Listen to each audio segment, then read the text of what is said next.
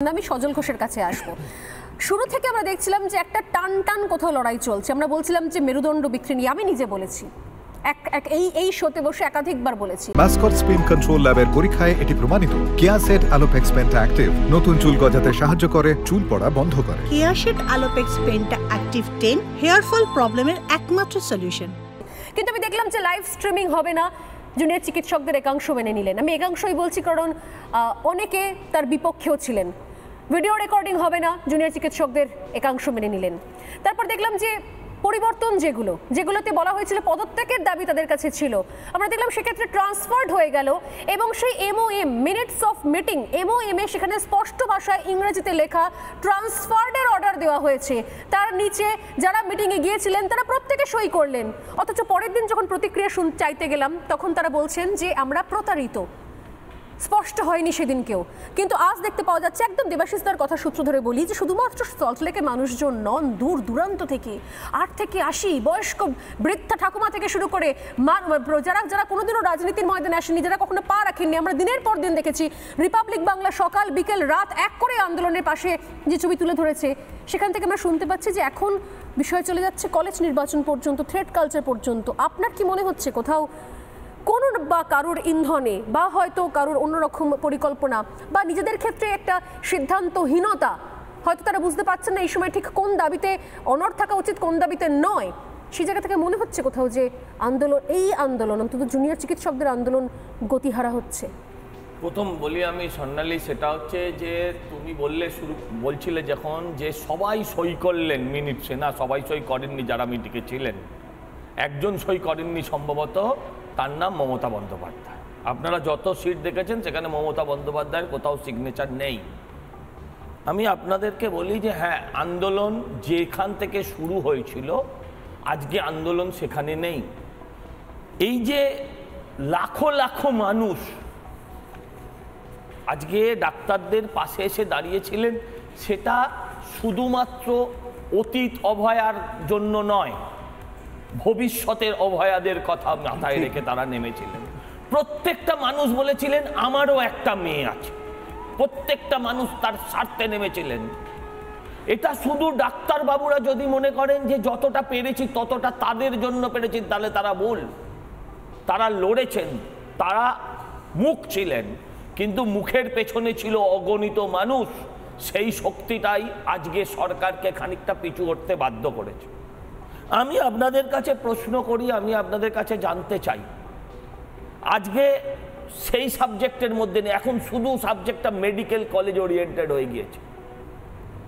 এটা তো দুর্ভাগ্যজনক হলেও সত্যি যে আজকে শুধুমাত্র মেডিকেল কলেজ ওরিয়েন্টেড হয়ে গিয়েছে বাংলার, আর বাকি মহিলাদের কথা কোথাও নেই। প্যানিক বোতাম শুধু মেডিকেল কলেজের মানুষ, মা বোনেরা টিপবে, অন্য জায়গার মা বোনেরা যারা চাকরি করেন তারা কোথায় যাবেন?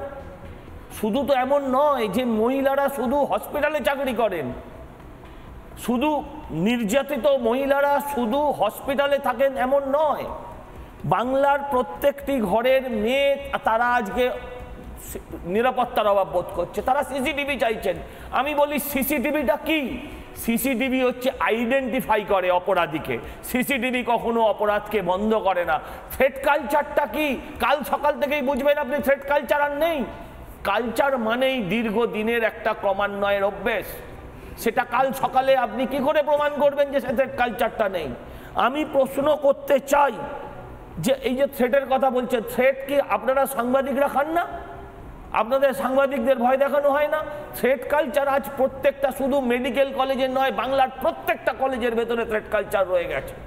আজকে আপনাদেরকে ভাবতে হবে যে আগে আমরা নামিনি, বাংলার মানুষ যখন চোপড়া দেখেছে নামিনি, যখন পার্ক স্ট্রিট দেখেছে নামিনি, যখন বাংলার মানুষ কুচবিহার দেখেছে নামিনি, বাংলার মানুষ কামদুনি দেখেছে নামিনি, হাঁসখালি দেখেছে নামিনি, কিন্তু পুঞ্জীভূত ক্ষোভ নিয়ে তারা নেমে পড়েছে আরজি কর নিয়ে। আমি শেষ করি স্বর্ণালী, এটা ভাবার কোনো কারণ নেই যে নিশ্চয়ই আমরা ওই মেয়েটার বিচার চাই, বিচার তো সিবিআই দেবে, আর এই মুহূর্তে কারোর হাতে নেই। তারা পুলিশ কমিশনারের ট্রান্সফার চাননি, পদত্যাগ চেয়েছিলেন। পুলিশ কমিশনার তো প্রমোশন হয়ে গেল, কমিশনার ছিলেন, এডিজি হলেন। আপনি আমাকে বলুন না টেকনিক্যালিও সেটা প্রমোশন। আজকে তারা সেটা নিয়ে ফিরে আসছেন। আমি আপনাদেরকে তাই বলবো যে আপনারা সঠিক রাস্তায় আসুন। যারা আমরা বিজেপি করি বলে আমাদের ছায়া দেখলে আপনারা গো ব্যাক স্লোগান দিয়েছেন, আমাদের ছায়া দেখলে আপনারা গো ব্যাক স্লোগান দিয়েছেন, কিন্তু ঘটনাটা সত্যি। স্বাস্থ্য ভবনটার পাশেই বাড়িটা হচ্ছে আমাদের পার্টি অফিস। আমাদের পার্টি অফিসে আপনারা সারা দিন রেস্ট নিয়েছেন, সারা দিন আপনাদের মোবাইল চার্জ করেছেন, প্রাতকৃত্য সেরেছেন, আর সেই পার্টি অফিসের দেওয়ালেই আপনারা বিজেপি বিরোধী স্লোগান লিখেছেন। আমরা তাকেও সহ্য করেছি। সেটা কিন্তু শুধু একটা অভয়ার জন্য নয়, বাংলার ভবিষ্যৎ অভয়ারা যাতে অভয়ে থাকতে পারে তার জন্য আমরা এই স্যাক্রিফাইস করেছি। কিন্তু আজকে কোথাও গিয়ে মনে হচ্ছে ব্যাপারটা শুধু কলেজ ওরিয়েন্টেড হয়ে যাচ্ছে। আমি বলবো যে আপনারা সারা বাংলার মানুষের প্রতিনিধি। আজকে আমরা আপনাদের সমর্থন করেছিলাম বিনা শর্তে, সারা বাংলার অভয়া নির্ভয়াদের আগামী ভবিষ্যতের মেয়েগুলোর ছেলেগুলোর কথা ভেবে। আপনারা দয়া করে আন্দোলন করতে গিয়ে তাদের কথা ভুলে যাবেন না। এর আগে মমতা ব্যানার্জি যখন ডেকেছিলেন আপনারা যাননি, কারণ মমতা ব্যানার্জি থাকবেন এ কথা কোথাও লেখা ছিল না। আজকে যে দাবিগুলো মমতা ব্যানার্জির কাছ থেকে আপনারা আনতে পারেননি, সেই দাবিগুলো আজকে আপনারা চিফ সেক্রেটারির কাছ থেকে কি করে নিয়ে আসবেন? আজকে আপনারা চলে যাচ্ছেন, এটা আমরা কোথাও আশাহত। আমরা আপনাদের কাছে অনেক প্রত্যাশা নিয়ে তাকিয়ে আছি যে আপনারা নিরপেক্ষভাবে সমস্ত দল যারা এক হতে পারিনি আজকে আপনাদের সাথে এক হয়েছিল, আপনারা তাদেরকে কোথাও রিমেডি দেবেন, এই প্রত্যাশা নিয়ে আছি। আমি একটু অ্যাড করব, আমি বলতে চাইছি যে এইটাই সজলের সাথে আমি বলতে চাইছি, আজকে এই যে 30 জন ডাক্তার বা 100 জন ডাক্তার বা 500 জন ডাক্তারের লড়াই ছিল না, অগণিত মানুষ স্বতঃস্ফূর্তভাবে এই আন্দোলনে যোগ দিয়েছিল। এটা ডাক্তারবাবুদের মনে রাখতে হবে।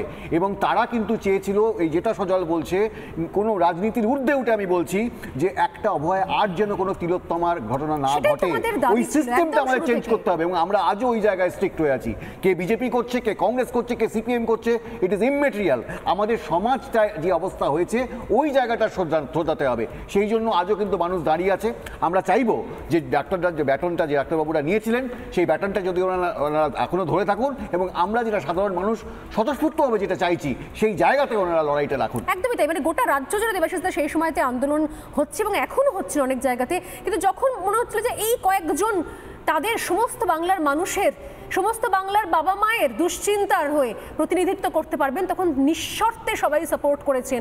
আমি সত্যি সেই ছবি, যে ছবি কিছুক্ষণ আগে বলছিলেন বিজেপি পার্টি অফিসের কথা, নিঃসন্দেহে কোনো শর্ত ছাড়া সমস্ত রাজনৈতিক দল তাদেরকে সাপোর্ট করেছে। হয়তো কোনো সময় কোনো রাজনৈতিক দল তাদের কাছে গো ব্যাক স্লোগান শুনেছে, কেউ নয়, কেউ মঞ্চে উঠেছেন, বক্তব্য রেখেছেন, কিন্তু বিশ্বাস করুন সাপোর্ট সবাই নিঃশর্তে দিয়েছেন, করেছেন, পাশে দাঁড়িয়েছেন একটাই কারণে, যে যাতে আর কারোর পরিবারে কেউ অভয়া না হয়, সবাই যেন নিশ্চিন্তে নিঃশর্তে নিজের টার্মস কন্ডিশনে গিয়ে নিজে সারা দিন সারা রাত নাইট ডিউটি করে আবার বাবা মায়ের কোলে ফিরে আসতে পারে। এইটুকুই তো শুধুমাত্র।